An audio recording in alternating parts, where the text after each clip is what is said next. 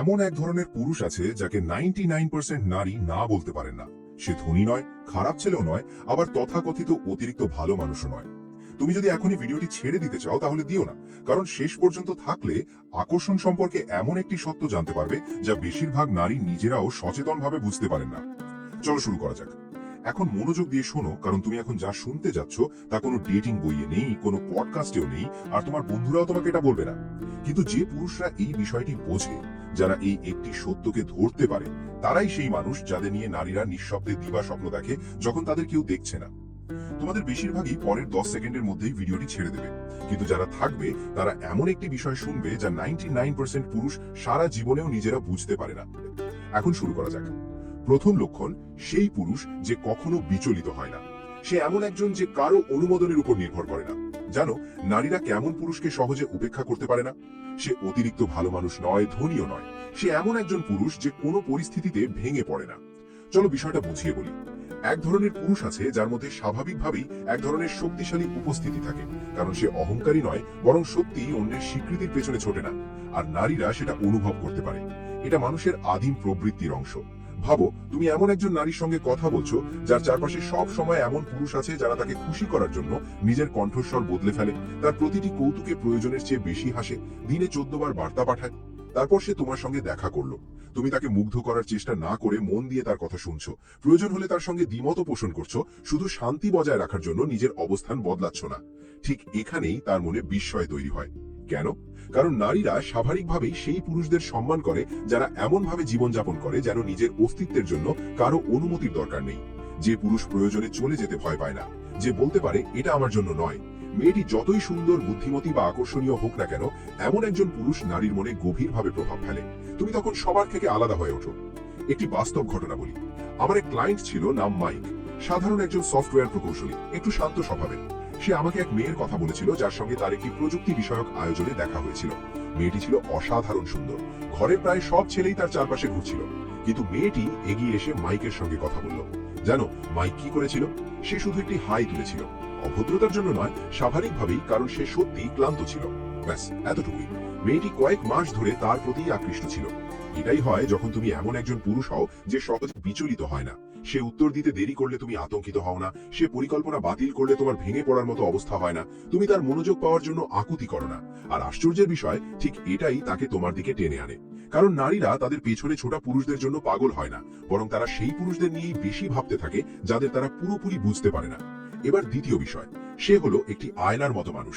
সে অভিনয় করে না, শুধু প্রতিফলন ঘটায়। তুমি কি কখনো এমন কারো সঙ্গে দেখা করেছো যে শুধু তোমার দিকে তাকিয়ে থাকে? এমন ভাবে নয় যে অস্বস্তি লাগে, বরং এমন ভাবে যাতে মনে হয় তুমি কোনো বিচার বা পরীক্ষার মধ্যে নেই। এটাই সেই দ্বিতীয় ধরনের পুরুষ যাকে নারীরা সহজে উপেক্ষা করতে পারে না। সে নিজের জগৎ দেখানোর চেষ্টা করে না, বরং নারীর অনুভূতি এবং জগৎকে তার কাছেই স্পষ্ট করে তোলে। চলো বিষয়টা একটু খুলে বলি। বেশিরভাগ পুরুষ নারীদের সামনে নিজেকে প্রমাণ করার চেষ্টা করে।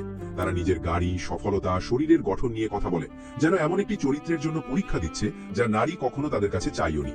কিন্তু তারপর আসে সেই মানুষটা যে আয়নার মতো। সে শোনে, সত্যি মন দিয়ে শোনে। মেয়েটি যখন নিজের লক্ষ্য নিয়ে কথা বলে তখন সে তাকে ছাপিয়ে যাওয়ার চেষ্টা করে না। মেয়েটি যখন নিজের কষ্টের কথা বলে তখন সে সঙ্গে সঙ্গে সব সমস্যার সমাধান করতে ছুটে যায় না। সে শুধু তার কথাগুলো মন দিয়ে গ্রহণ করে এবং সেটাই প্রতিফলিত করে। সে পুরো সময় উপস্থিত থাকে। অদ্ভুতভাবে এই বিষয়টাই অনেক শান্তি দেয়। কেন? কারণ নারীরা এমন এক পৃথিবীতে বাস করে যেখানে সব সময় কেউ না কেউ তাদের কাছে কিছু বিক্রি করতে চায়। পুরুষ, গণমাধ্যম, সমাজ সবাই কোনো না কোনো ভাবে তাদের প্রভাবিত করতে চায়। আর যখন তারা এমন একজন মানুষের দেখা পায় যে তাদের কাছে কিছু প্রমাণ করতে বা বিক্রি করতে চায় না, তখন সেই অভিজ্ঞতা যেন নির্মল বাতাসের মতো লাগে। একটি উদাহরণ নেওয়া যাক। একজন নারী বলল সে গত কয়েকদিন ধরে পদোন্নতি পাওয়ার জন্য প্রতিদিন 14 ঘন্টা কাজ করছে। যে শুধু নিজেকে প্রমাণ করতে চায় সে বলবে, ও আমি তো নিজের ব্যবসা চালাই, প্রতিদিন 16 ঘন্টা কাজ করি, কোনো বিরতি নেই। সে আসলে জিততে চাইছে। কিন্তু যে একজন আয়নার মতো মানুষ, সে বলে, শুনে মনে হচ্ছে খুব ক্লান্তিকর, তোমার কি মনে হয় এটা সত্যি সার্থক?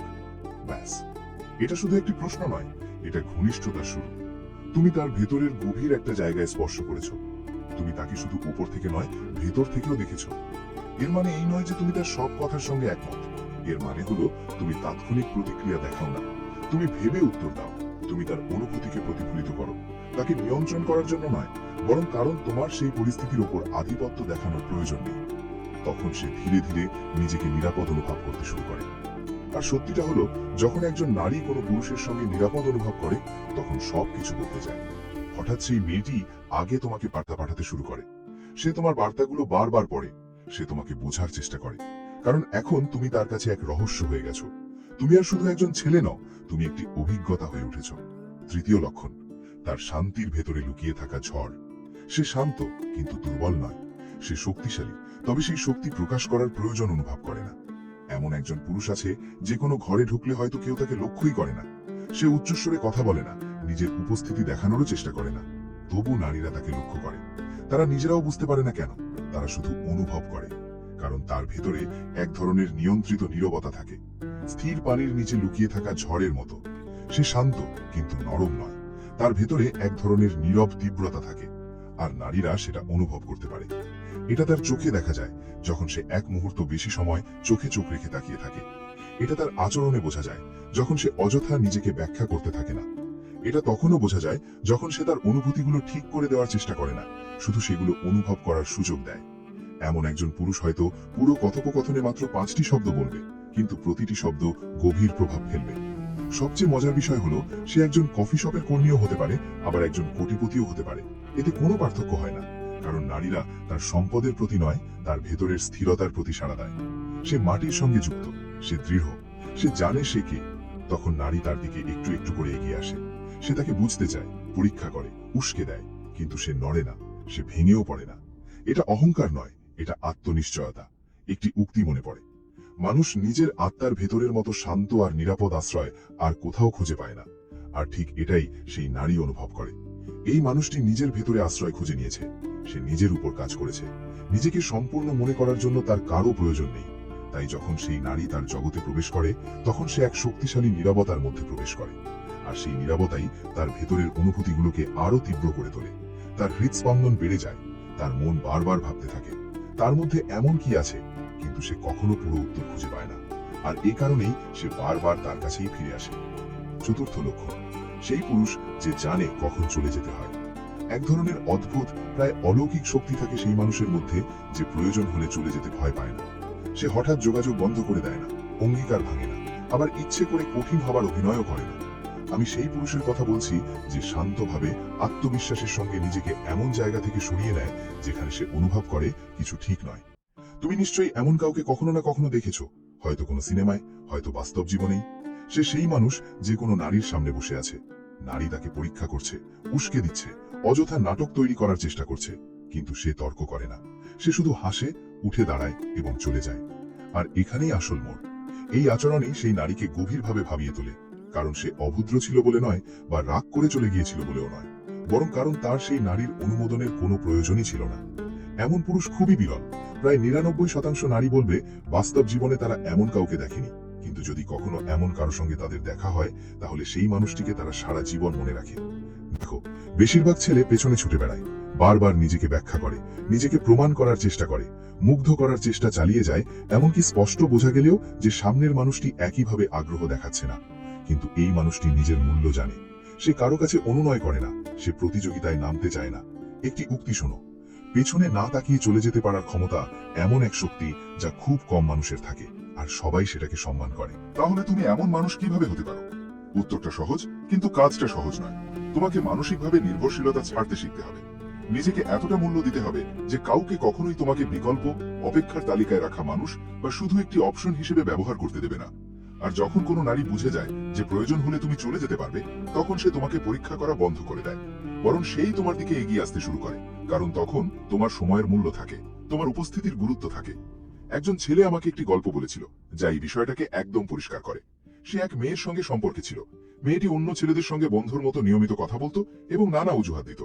একদিন ছেলেটি কোনো নাটক না করে শুধু বলল, তুমি স্বাধীন, তুমি যা ইচ্ছা করতে পারো, কিন্তু আমি সেই মানুষ নই যে অপেক্ষা করে থাকবে যতক্ষণ না কেউ ঠিক করে আমি তার জীবনে কি। মেয়েটি প্রথমে হেসে বলল সে নাকি বাড়াবাড়ি করছে। ছেলেটি শুধু হাসলো, তার নম্বর মুছে দিল, তারপর পুরোপুরি নীরব হয়ে গেল। 2 সপ্তাহ পরে সেই মেয়েটি তাকে বার্তা পাঠালো, বলল সে তাকে মিস করছে, সে ভুল করেছে, আবার কথা বলতে চায়। কিন্তু ততক্ষণে ছেলেটি নিজের জীবনে এগিয়ে গেছে। এভাবেই দীর্ঘস্থায়ী প্রভাব তৈরি হয়। এভাবেই কেউ তোমাকে হারানোর অনুভূতি উপলব্ধি করে, কোনো কৌশল বা মানসিক খেলা দিয়ে নয়, বরং নিজের অটল মানদণ্ড ধরে রাখার মাধ্যমে। পঞ্চম লক্ষণ, সেই পুরুষ যে একজন নারীকে এমন অনুভূতি দেয় যেন সেই মুহূর্তে পুরো ঘরে সেই একমাত্র নারী, তবু সে এ নিয়ে একটি কথাও বলে না। নারীদের সম্পর্কে একটি মজার বিষয় আছে, তারা সবসময় তোমার কথার প্রেমে পড়ে না, তারা প্রেমে পড়ে সেই অনুভূতির যা তুমি তাদের অনুভব করাও। যে পুরুষ ভরা ঘরে শুধু একটি দৃষ্টির মাধ্যমে একজন নারীর হৃদস্পন্দন বাড়িয়ে দিতে পারে, তার কাছে এমন একটি গুণ থাকে যা অর্থ দিয়ে কেনা যায় না। সেটা হলো উপস্থিতি, নকল আত্মবিশ্বাস নয়, দেখনদারি আকর্ষণও নয়। আমি বলছি সেই শান্ত স্থির মাটির সঙ্গে যুক্ত শক্তির, যা একজন নারীকে অনুভব করায় সে সত্যিই দেখা হচ্ছে, সত্যিই গুরুত্ব পাচ্ছে, যেন সেই মুহূর্তে সেই তোমার পৃথিবীর একমাত্র নারী। তোমার কোনো মুখস্থ সংলাপের দরকার নেই, কোনো অভিনয়েরও প্রয়োজন নেই। অনেক সময় নীরবতাই তোমার সবচেয়ে বড় শক্তি হয়ে ওঠে। একজন নারী একটি অনলাইন আলোচনায় নিজের অভিজ্ঞতা লিখেছিলেন। তিনি একটি অনুষ্ঠানে ছিলেন, চারপাশে অনেক মানুষ, তবু তার চোখ বারবার একজন মানুষের দিকেই যাচ্ছিল, পরিপাটি, আত্মবিশ্বাসী, কিন্তু শান্ত। প্রতিবার তিনি তার দিকে তাকালে অন্যদের মতো সে চোখ ফিরিয়ে নিত না, সে স্বাভাবিকভাবে চোখে চোখ রাখত। আত্মবিশ্বাসী, হালকা দুষ্টুমি মেশানো ভাব ছিল, কিন্তু একদমই অস্বস্তিকর ছিল না। শেষ পর্যন্ত সেই নারী নিজেই তার কাছে এগিয়ে গেলেন, কথা শুরু করলেন। পরে তিনি বলেছিলেন, তোমাকে দেখে মনে হচ্ছিল তোমার কারো প্রয়োজন নেই, আর ঠিক সেই কারণেই আমি তোমার কাছে যেতে চেয়েছিলাম। এটাই পুরো বিষয়। সে তাকে কাঙ্ক্ষিত অনুভব করিয়েছিল, তাড়া করা হচ্ছে এমন নয়। সে মরিয়া মনে হয়নি, সে নিজের আকাঙ্ক্ষা প্রকাশ করে বেড়ায়নি। আর কারণ সে নিজের স্থিরতা ধরে রেখেছিল, সেই নারী নিজেই তার জগতে প্রবেশ করেছিল। নারীরা সেই পুরুষদের প্রতি আকৃষ্ট হয় যারা তাদের বিশেষ অনুভব করায়, কিন্তু নিজের মর্যাদা কমিয়ে নয়, যারা তাদের সম্মান দেয় কিন্তু নিজের সম্মান হারায় না, যারা এমন এক পৃথিবীতে রহস্যময় থেকে যায় যেখানে সবাই অতিরিক্ত নিজের কথা বলে এবং অন্যের স্বীকৃতির জন্য ব্যাকুল থাকে। এমন উপস্থিতি একজন নারীর মনে দীর্ঘদিন রয়ে যায়। দেখা শেষ হওয়ার পরেও সেই স্মৃতি তাকে ছাড়ে না। তাই পরের বার যখন তুমি কোনো ঘরে প্রবেশ করবে, অতিরিক্ত চেষ্টা করো না, সবার মনোযোগ পাওয়ার জন্য ছুটো না, উদ্দেশ্য নিয়ে উপস্থিত থাকো, স্থির থাকো। তোমার কথা বলার আগেই যেন তোমার উপস্থিতি কথা বলে। কারণ যখন তুমি এমন একজন বিরল মানুষ হয়ে ওঠো যে কাউকে শুধু নিজের দিকে টানে না, বরং তাকে সত্যিই মূল্যবান অনুভব করায়, তখন সে ঘর ছেড়ে চলে যাবার পরেও তোমাকে মনে রাখে। ষষ্ঠ লক্ষণ, সেই পুরুষ যে নিজের কষ্টকে শক্তিতে রূপান্তর করেছে, আর একজন নারী সেটা অনুভব করতে পারে। এটি এমন একটি সত্য যা বেশিরভাগ পুরুষ উপেক্ষা করে। নারীরা মানুষের মানসিক দৃঢ়তা অনুভব করতে অসাধারণ দক্ষ। আমি সেই মানুষটির কথা বলছি না যে বলে আমি কখনো কাঁদি না, ওটা শুধু একটি মুখোশ। আমি বলছি সেই মানুষটির যে জীবনের কঠিন সময়ের মধ্যে দিয়ে গেছে, নিজের অন্ধকারের মুখোমুখি হয়েছে, আর সেখান থেকে ফিরে এসেছে আরো পরিণত হয়ে, তিক্ত হয়ে নয়। সে নিজের ক্ষত লুকায় না, সেগুলোকে নিজের শক্তির অংশ হিসেবে গ্রহণ করে। সহানুভূতি পাওয়ার জন্য নয়, দেখাবার জন্যও নয়, বরং কারণ সে নিজের গল্পকে নিজেরই বলে মেনে নিয়েছে। একটি উক্তি মনে করা যায়, যতক্ষণ না তুমি নিজের অবচেতন মনকে সচেতন ভাবে চিনতে পারছো, ততক্ষণ সেটাই তোমার জীবনকে পরিচালিত করবে, আর তুমি সেটাকেই ভাগ্য বলে মনে করবে। নারীরা এমন নিরাপত্তা খোঁজে যা শুধু শারীরিক নয়, মানসিক দিক থেকেও সমান শক্তিশালী। আর যখন একজন নারী এমন একজন পুরুষের সঙ্গে দেখা করে যে বিশৃঙ্খলা, হৃদয়ভঙ্গ আর বিশ্বাসঘাতকতার মধ্য দিয়ে গিয়েও স্পষ্টতা ও শান্তি নিয়ে ফিরে এসেছে, তখন তার মনে হয় আমি নিরাপদ। কেন? কারণ এই মানুষটি হুটহাট প্রতিক্রিয়া দেখায় না, সহজে উত্তেজিত হয় না, ছোটখাটো মানসিক খেলা খেলতে যায় না। তার শান্ত ভাব অভিনয় নয়, এটা অর্জিত। আমি এমন একজন মানুষকে চিনতাম যাকে তার জীবনের সবচেয়ে প্রিয় মানুষটি প্রতারণা করেছিল। সে পুরোপুরি ভেঙে পড়েছিল, কিন্তু তিক্ত হয়ে যাওয়ার বদলে সে নিজের ওপর মনোযোগ দিল, পড়াশোনা করলো, নিজেকে গড়ে তুলল, ভ্রমণ করলো, যোগ্য মানুষের কাছ থেকে শিখল। যখন সে আবার সম্পর্কের জগতে ফিরল, নারীরা তার মধ্যে এক অদ্ভুত পরিবর্তন লক্ষ্য করল। সে বেশি শুনত, সে আঁকড়ে ধরার মানুষ ছিল না। সতর্ক হওয়ার মতো আচরণ দেখলেও সে বিচলিত হতো না। তার মধ্যে এমন এক ধরনের স্থিরতা ছিল যা সহজে নড়ানো যেত না, আর সেই উপস্থিতি নারীদের গভীরভাবে আকৃষ্ট করত। একদিন সে আমাকে বলেছিল, আমার জীবনে সবচেয়ে খারাপ যে ঘটনাটা ঘটেছিল সেটাই শেষ পর্যন্ত সবচেয়ে ভালো হয়ে উঠল, কারণ এখন আমি গভীরতা নিয়ে বাঁচি, আর মানুষ সেটা আমার কথা বলার আগেই অনুভব করতে পারে। তার কষ্ট শক্তিতে পরিণত হয়েছে, তার হারানো তাকে নেতৃত্ব দিতে শিখিয়েছে, আর এমন পরিবর্তন একজন মানুষকে চুম্বকের মতো আকর্ষণীয় করে তোলে। যদি তুমি হৃদয়ভঙ্গ, বিশ্বাসঘাতকতা বা হতাশার মধ্য দিয়ে গিয়ে থাকো, তাহলে সেগুলোকে চেপে রেখো না, সেগুলোকে কাজে লাগাও, নিজেকে আরো পরিণত করো, সেগুলো থেকেই বেড়ে ওঠো। কারণ যে মানুষ মানসিক গভীরতা, শান্তি ও প্রজ্ঞা নিয়ে এগিয়ে চলে, সে শুধু নারীদের আকৃষ্টই করে না, তাদের অনুপ্রাণিতও করে। আর এমন মানুষকে অধিকাংশ নারী সহজে ভুলতে পারে না। যদি তুমি এতদূর পর্যন্ত এসে থাকো, তাহলে সেটাই তোমাকে সাধারণ মানুষের থেকে আলাদা করে। কারণ বেশিরভাগ মানুষ মাঝ পথেই চলে যায়, সহজ পথ খোঁজে, আর কখনোই বোঝে না গভীরভাবে একজন মানুষকে কি আকর্ষণ করে। কিন্তু তুমি শুধু কাউকে আকৃষ্ট করতে চাও না, তুমি বুঝতে চাও, নিজেকে আরো উন্নত করতে চাও, নিজের উপস্থিতিকে এমনভাবে গড়ে তুলতে চাও যাতে মানুষ স্বাভাবিকভাবেই তোমার প্রতি আকৃষ্ট হয়। কোনো মুখস্থ কৌশল বা অভিনয়ের জন্য নয়, বরং যে মানুষে তুমি পরিণত হয়েছ তার জন্য। এখন প্রশ্ন হলো, এই জ্ঞান দিয়ে তুমি কি করবে? তুমি এখন এমন কিছু বিষয় জানলে যা অনেক মানুষ আকর্ষণীয় ব্যক্তিত্বের গুরুত্বপূর্ণ বৈশিষ্ট্য হিসেবে মনে করে, কিন্তু বিষয়টি কোনো খেলার নয়, বরং এমন গুণগুলো নিজের জীবনে ধারণ করার যা তোমাকে স্মরণীয় করে তোলে। আজ থেকেই শুরু করো। এমনভাবে চলাফেরা করো যেন নিজের জীবনের দায়িত্ব তোমার হাতে। এমনভাবে কথা বলো যাতে তোমার কথার ওজন থাকে। এমনভাবে এগিয়ে চলো যেন তুমি জানো তোমাকে কাউকে তাড়া করতে হবে না, কারণ সঠিক মানুষ নিজেরাই তোমাকে লক্ষ্য করবে। আর যদি তুমি শুধু সম্পর্ক নয়, জীবনের প্রতিটি ক্ষেত্রেই নিজেকে আরো উন্নত করতে চাও, তাহলে এই যাত্রা চালিয়ে যাও। এখানে লক্ষ্য হলো অপ্রয়োজনীয় শব্দ বাদ দিয়ে বাস্তব অভিজ্ঞতা, আত্ম উন্নয়ন আর মানসিক দৃঢ়তার উপর গুরুত্ব দেওয়া। মন্তব্যে জানাও তুমি কেমন মানুষ হতে চাইছো, বা অথবা ইতিমধ্যেই কেমন মানুষ হয়ে উঠেছো। শেষ করার আগে একটি কথা মনে রেখো, সিংহ কখনো ভেড়ার মতামত নিয়ে ঘুম হারায় না। তাই নিজের পথেই দৃঢ়ভাবে এগিয়ে চলো। আর যাওয়ার আগে আজ যা আলোচনা করা হয়েছে তা কেবল শুরু। যদি তুমি আকর্ষণ, আত্মবিশ্বাস এবং আত্মনিয়ন্ত্রণের গভীর দিকগুলো আরো জানতে চাও, তাহলে শেখার যাত্রা থামিও না। মনস্তত্ত্ব, আত্ম উন্নয়ন আর সুস্থ সম্পর্ক নিয়ে নিয়মিত পড়ো, ভাবো আর নিজের জীবনে প্রয়োগ করো। সত্যিকারের পরিবর্তন শুরু হয় তখনই যখন তুমি নিজের ভেতর কাজ করা শুরু করো। আর সেই পরিবর্তনই তোমাকে এমন একজন মানুষে পরিণত করতে পারে যে কারো মনোযোগ পাওয়ার জন্য দৌড়ায় না, বরং নিজের চরিত্র ও উপস্থিতির মাধ্যমে সম্মান অর্জন করে।